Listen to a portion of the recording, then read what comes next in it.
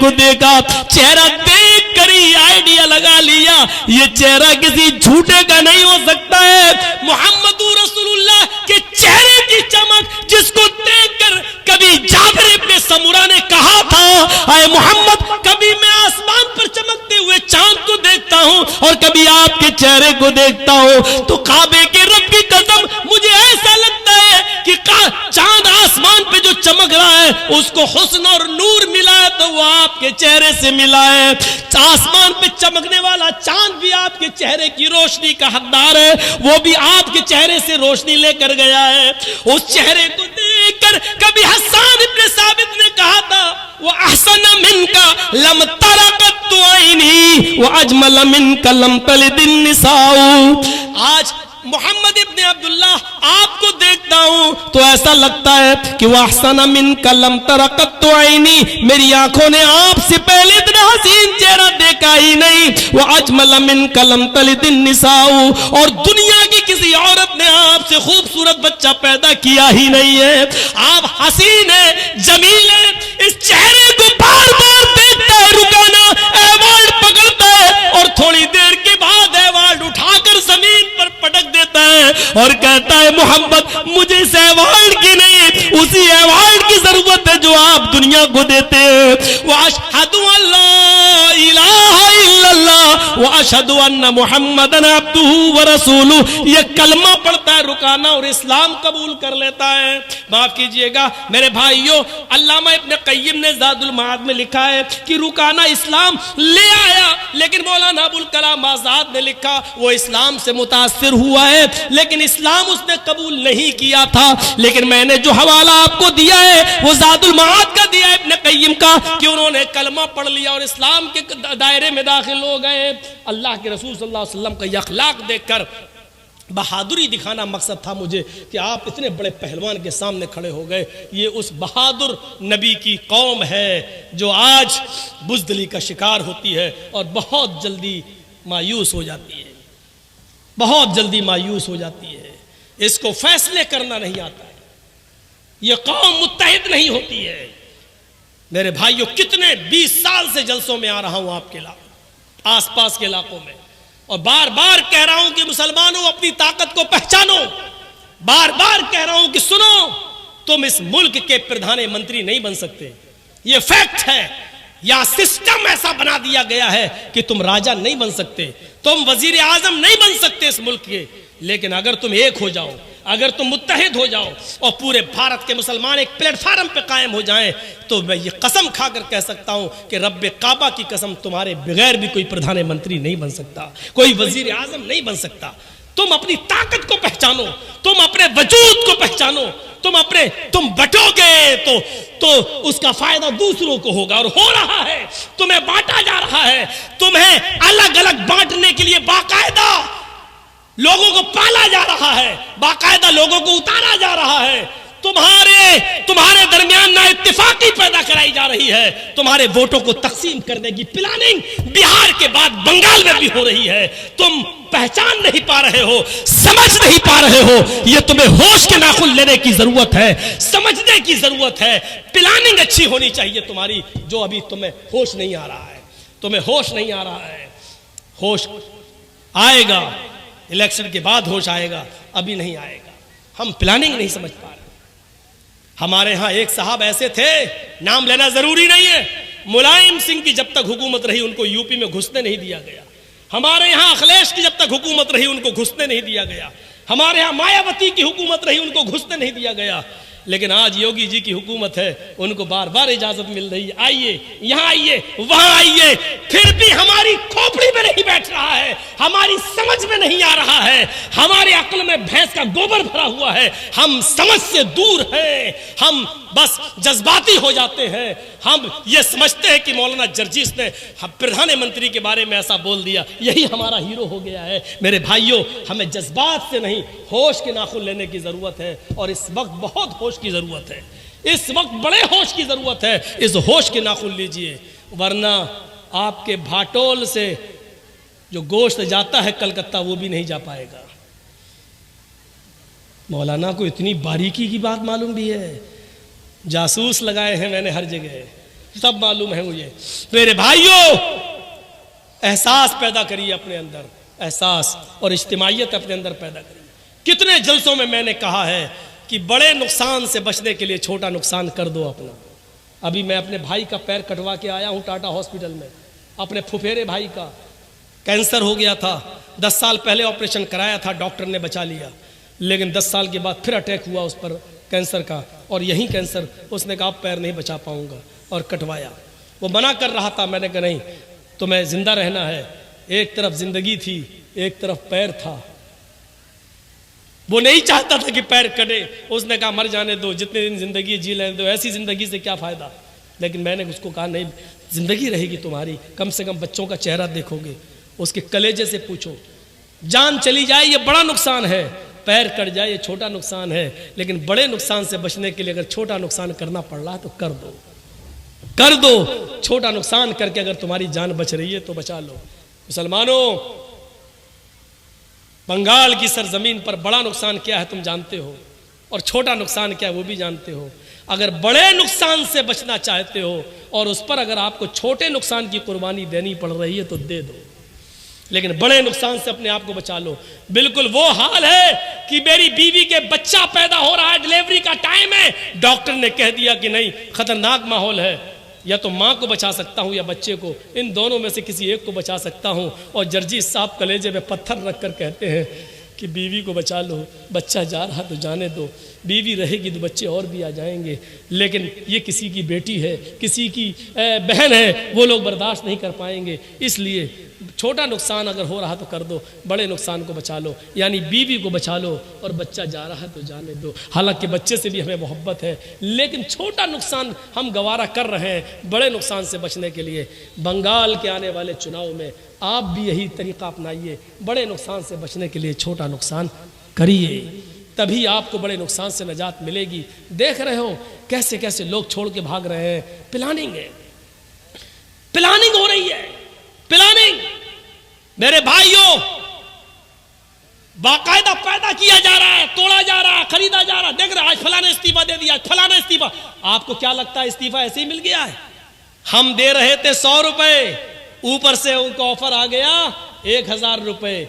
आदमी ने इल्जाम लगा दिया ममता जी ऐसा कर रही हैं इसलिए हम इस्तीफा दे रहे हैं। हमें नहीं मालूम है जहां 100 की जगह कोई 1000 देगा तो आदमी वहीं जाएगा। ये सारे मामले हो रहे हैं बाकायदा, और एक लाल फाटक दिखाया जाता है, लाल फाटक, इस पार्टी को छोड़ो नहीं तो सीबीआई जांच के लिए तैयार रहो। बेचारा आदमी डर की वजह से इस्तीफा दे रहा है। ये सारी चीजें साफ क्लियर हो चुकी हैं। पूरा हिंदुस्तान तुम्हारे बंगाल की तरफ नजर जमाए बैठा हुआ है। मुसलमानों, इस वक्त यूपी की नजरें भी तुम्हारी तरफ है, पूरे इंडिया की नजरें तुम्हारी तरफ है, बल्कि पूरे हिंदुस्तान नहीं पूरी दुनिया की नजरें तुम्हारे चुनाव की तरफ है, तुम्हारे इलेक्शन की तरफ है। ये तुम्हें फैसला करना है कि हमें कहाँ जाना है और कहाँ नहीं जाना है। हम किसी पार्टी का प्रचार करने नहीं आए, ना मेरा हक है प्रचार करने का, और न कभी हम प्रचार करने के लिए किसी की तरफ से उतरे। मेरे भाइयों, एक एहसास दिला दिया मैंने, तो ये बहादुर थे मोहम्मद रसूलुल्लाह। और छठी सिफत क्या बताई गई? 5 हो गई, पराक्रमी, बहादुर होंगे, दानी। छठी सिफत वो खैरात करने वाला, दानी, दान करने वाला होगा। अल्लाह के रसूल से ज्यादा दान करने वाला कोई नहीं था, कोई नहीं था, दान करने वाला कोई नहीं। एक फकीर आया कि अल्लाह के रसूल मुझे अल्लाह की राह में कुछ दे दो, कुछ था ही नहीं। आपने कहा अभी तो नहीं है। कहने लगा मैं क्या करूं? आपने कहा बैठ जाओ, कहीं से आएगा तो दे दूंगा। बैठ गए। थोड़ी देर में दूसरा आ गया, देने तो आया नहीं, मांगने आ गया, अल्लाह के नाम पे मुझे भी कुछ दे दो। आपने कहा तू भी बैठ जा। थोड़ी देर में तीसरा आ गया, अल्लाह के रसूल मुझे भी अल्लाह के नाम पे है कुछ नहीं। आपने कहा अच्छा तू भी बैठ जा। फिर थोड़ी देर के बाद 4 औकिया चांदी कहीं से आ गए, सोना, 4 औकिया सोना कहीं से आ गया। तो अल्लाह के रसूल सल्लल्लाहु अलैहि वसल्लम ने एक एक औकिया तीनों को दे दिया, जाओ। अब एक बच गया, आपने अपने पास रख लिया, ये सोचकर अभी शाम दूर है, हो सकता कोई जरूरतमंद आ जाए तो ये उसको दे दूंगा, क्योंकि सदक़े का माल है। शाम हो गई, कोई नहीं आया, और एक औकिया सोना अल्लाह के नबी के पास रखा रहा। इशा की अजान तक कोई नहीं आया, अल्लाह के नबी सो गए। तहज्जुद की नमाज पढ़ने के लिए उठे तो सबसे पहले दरवाजा खोला, देखा बाहर कोई नहीं। वो सोना अल्लाह के नबी के तकिए के नीचे रखा हुआ था, एक औकिया। आपने वुजू बनाया, फिर बाहर निकले, देखा कोई नहीं, फिर अंदर आए, 2 रकात नमाज पढ़ी, फिर आप बाहर निकले कि देखें कोई जरूरतमंद मिल जाए उसको दे दूं, लेकिन कोई नहीं। फिर आपने 2 रकात नमाज पढ़ी, फिर बाहर निकले, कोई जरूरतमंद दिख जाए उसको दे दूं, लेकिन कोई नहीं। फिर आप आए, फिर 2 रकात नमाज पढ़ी, फिर जरूरतमंद को देखा, लेकिन कोई नहीं। हजरत आयशा कहती है अल्लाह के रसूल मैंने आपको कभी ऐसा नहीं देखा, आप बार बार बाहर जाते हैं, फिर आते हैं, फिर नमाज पढ़ते हैं, फिर बाहर जाते हैं। आपका पेट तो ठीक है, मोशन तो नहीं हो गए हैं, या आप बार बार क्यों जा रहे हैं बाहर? आपको दस्त तो नहीं लग गए, लेटरिन तो नहीं हो रही है? अल्लाह के नबी कहते नहीं आयशा सो जाओ, तुम सो जाओ। फरमाया मैं कैसे सो जाऊं, मेरा सरताज मेरा शौहर परेशान हो, बार बार घर से निकलता हो, बिस्तर पे आता हो, कमरे में आके नमाज पढ़ के फिर बाहर जाता हो, फिर बेचैन हो और बार बार बाहर निकल रहा हो और मैं सो जाऊं? फरमाया आयशा निकाला सोना का, इस एक औकिया सोने ने मेरी नींद हराम कर दी है, मुझे सोने नहीं दे रहा है, ये सदके का माल है, जरूरतमंद कहां का कि उसको पहुंचाऊं। मैं ये सोच में पड़ गया कि 4 औकिया आया था, 3 तो मैंने दे दिया, 1 बच गया। अगर आज की रात मेरा इंतकाल हो गया और 1 औकिया सोना मेरे पास रखा रहा तो मैं कल अल्लाह ताला को क्या जवाब दूंगा, उसको क्या मुंह दिखाऊंगा। इसलिए मुझे नींद नहीं आ रही है कि जरूरतमंद को दे दिया जाए। इतने बड़े दानी, इतने बड़े सदका और खैरात करने वाले थे मोहम्मद रसूलुल्लाह सल्लल्लाहु अलैहि वसल्लम। छठी सिफत हो गई दानी, और 7वीं है कृतज्ञ। एहसान करेंगे लेकिन जताएंगे नहीं। अल्लाह के रसूल ने जिस पर एहसान किया कभी जताया नहीं। मैंने तुम्हारे साथ ऐसा किया। आज बहुत से लोग बोला ना, हाँ क्या हुआ, वो एक प्रोग्राम चाहिए, नहीं साहब डेट खाली नहीं, अरे भूल गए मुझे, नहीं पहचान पा रहा हूँ, अरे वो मिले थे ना फलां जगह होटल में, हमने खाना खिलाया था। प्रेशर बनाने की कोशिश। हाँ अच्छा, वो हम स्टेशन पे आपको छोड़ने गए थे, अपनी गाड़ी पे बिठाला था। प्रेशर। अच्छा, अरे भाई देखेंगे, अच्छा बहुत जल्दी भूल गए, अरे भूले नहीं, सब याद आ गया भाई, लेकिन अभी डेट नहीं है। अरे बड़े अजीब आदमी हो यार, एहसान करेगा लेकिन जताएगा नहीं। अल्लाह के रसूल सल्लल्लाहु अलैहि वसल्लम ने कभी एहसान करके जताया नहीं। वो अब्दुल्ला इब्ने उबय इब्ने सलूल जिसने अम्मा आयशा को गाली दी और जिसने अल्लाह जिना का इल्जाम लगाया, जिसने अल्लाह के रसूल को जलील कहा, जब ये मर गया तो इसका बेटा आया, कहता अल्लाह के रसूल मेरे बाप ने जो किया किया, मैं जानता हूं कि मेरा बाप जहन्नमी है, लेकिन आज मर गया, मैं उसका बेटा हूं, क्या चाहते हो? आपके जिस्म पर जो चादर है, ये कमीज, ये चादर आप दे दीजिए। क्या करोगे? अपने बाप के कफन की जगह पर ये चादर डाल दूंगा। शायद जब तक आपका लिबास मेरे बाप के जिस्म पर रहेगा, अल्लाह ताला शायद उसके अजाब में कुछ कमी कर दे कब्र के अंदर। अल्लाह के नबी उठे और आपने वो चादर दे दी। हजरत उमर ने वो चादर पकड़ ली। आए अल्लाह के नबी, जिसने अम्मी आयशा को तोहमत लगाई हो और आपको पूरी जिंदगी गाली देता रहा हो, आप उसको चादर दे रहे हैं। अल्लाह के नबी के आंखों में आंसू, और क्या कहते हैं, आए उमर, जो चादर मैंने उसके बेटे को दे दी है, तुम उसको छीनने का हक नहीं रखते हो। अगर मेरे चादर के पहनने से, मेरे चादर के पहना देने से अगर अल्लाह इसके बाप के अजाब में कमी कर दे तो मेरा क्या बिगड़ जाएगा, मेरा क्या नुकसान हो जाएगा? पहना लेने दो। अब्दुल्ला इब्ने उबय का बेटा अपने बाप को अल्लाह के रसूल की चादर उड़ा देता है और इसी हाल में कब्रिस्तान की तरफ लेके जाता है। किसी ने कहा जब तेरे बाप को नबी चादर दे सकते हैं तो तेरे बाप की जनाजे की नमाज क्यों नहीं पढ़ा सकते? कहा अल्लाह के रसूल एक एहसान और कर दीजिए, मेरा बाप तो मर गया है, आप अगर मेरे बाप की जनाजे की नमाज पढ़ा देंगे तो आपका क्या बिगड़ जाएगा? अय अल्लाह के रसूल, शायद आपकी जबान से निकलने वाले दुआया कलमात से अल्लाह मेरे बाप को बख्श दे। अल्लाह के नबी आगे बढ़ जाते हैं। उमर फारूक पीछे से दामन खींचते हैं, उमर फारूक पीछे से दामन खींचते हैं। अय अल्लाह के नबी, मैं इसका जनाजा नहीं पढ़ाने दूंगा जो आपको और आपकी बीवी को गाली देता था। अल्लाह के नबी ने फरमाया उमर पीछे से मेरे दामन को छोड़ो, अगर मेरी जनाजे की नमाज पढ़ा देने से अल्लाह ताला इसको बख्श दे या इसकी मगफरत फरमा दे या इसके बाप के गुनाह माफ कर दे तो मेरा क्या बिगड़ जाएगा। आप आगे खड़े हो गए, आपने अल्लाहू अकबर कहना ही चाहा, उसकी जनाजे की नमाज पढ़ाना ही चाहा। आसमान से जिब्राइल अमीन आ जाते हैं और कहते हैं मोहम्मद, इसकी जनाजे की नमाज आप नहीं पढ़ा सकते। आप अपने दुश्मन को माफ कर सकते हैं, लेकिन अल्लाह अपने महबूब के दुश्मन को माफ करने के लिए तैयार नहीं है। 70 मर्तबा भी अगर आप इसकी जनाजे की नमाज पढ़ेंगे और दुआएं मगफिरत करेंगे तब भी अल्लाह इसको नहीं बख्शेगा, इसको नहीं बख्शेगा। अल्लाह के नबी पलट गए और अब्दुल्ला इब्ने उबई के बेटे से कहते हैं, क्या है अब्दुल्ला के बेटे, अभी अभी मुझे अल्लाह ने मना कर दिया है और ये भी कह दिया है 70 बार भी जनाजे की नमाज पढ़ोगे तब भी मैं नहीं बख्शूंगा। अगर मुझे मालूम हो जाए 70 के बाद पढ़ने पर अल्लाह बख्श देगा तो मैं 75 बार भी पढ़ा देता, 80 बार भी पढ़ा देता, लेकिन अल्लाह के कहने का मतलब ये है कि मैं उसको बख्शने वाला नहीं हूं, चाहे आप पूरी जिंदगी उसके लिए दुआ करें। अब मेरा जनाजे की नमाज पढ़ाना बेकार है क्योंकि अल्लाह ही ने मुझे मना कर दिया है। ये एहसान आपने किया, खड़े तक हो गए, लेकिन जिंदगी भर कभी आपने जताया नहीं। अपने दुश्मन के साथ भी आपका ये सलूक था, आपका ये बर्ताव था। तो ये 7वीं सिफत कि वो एहसान करेंगे लेकिन जताएंगे नहीं। और 8वीं सिफत ये है वो दयावान होगा, दया करेगा। दया पर तो हमने मिसालें आपको दे दी। अल्लाह के रसूल जानवर तक पे दया करने वाले थे, जानवर तक पर, परिंदों तक पर दया करते थे।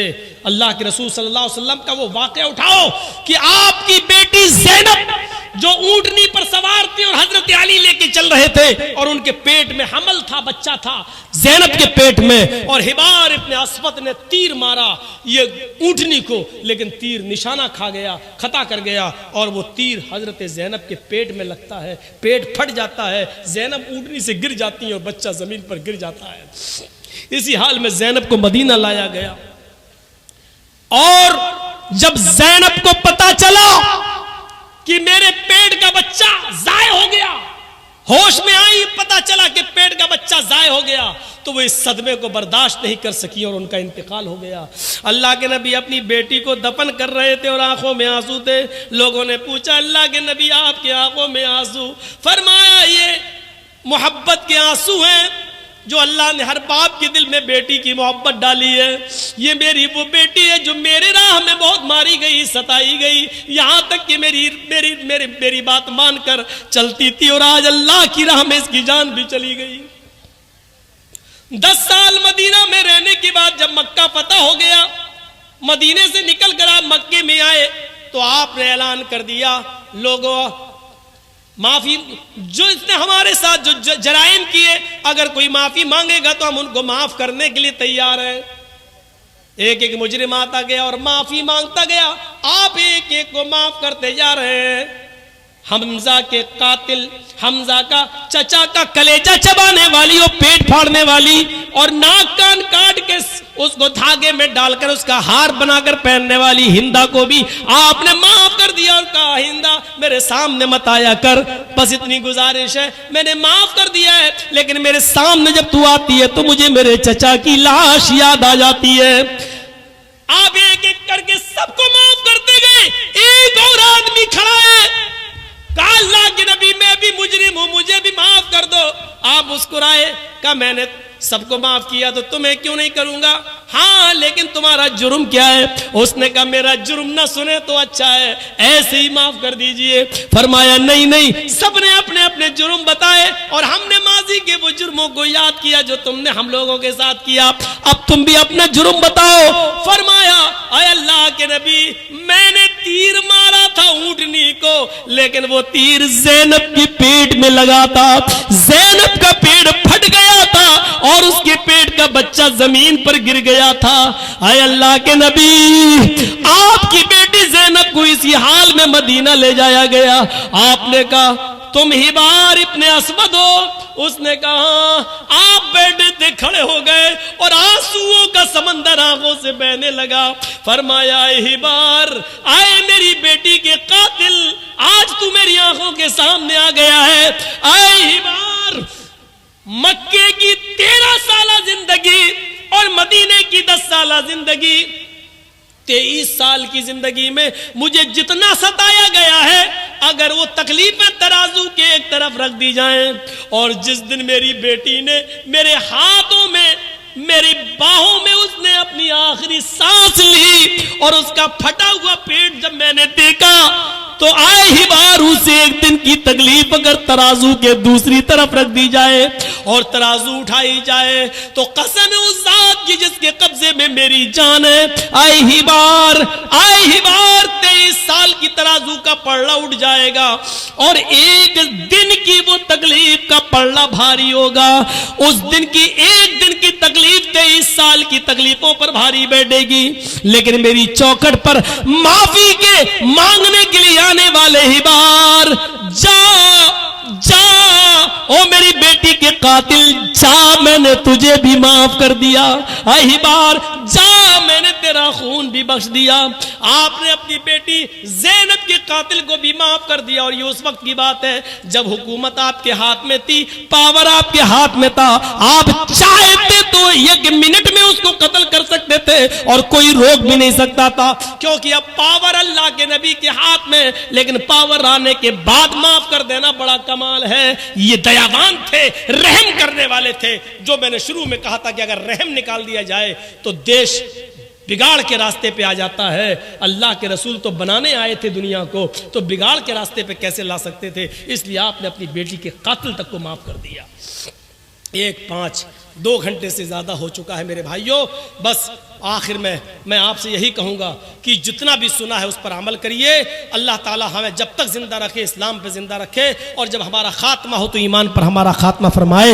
व मा अलैना इल्लल बलागुल मुबीन व आखिरु दावाना अल्हम्दुलिल्लाहि रब्बिल आलमीन। एक गुजारिश और है, मैं यहाँ पर 1:05 हो रहा है, 1:15 तक बैठा हुआ हूँ। आपसे बड़ी मुअद्दिबाना गुजारिश है, आप मुझसे बहुत मोहब्बत करते हैं और 20 साल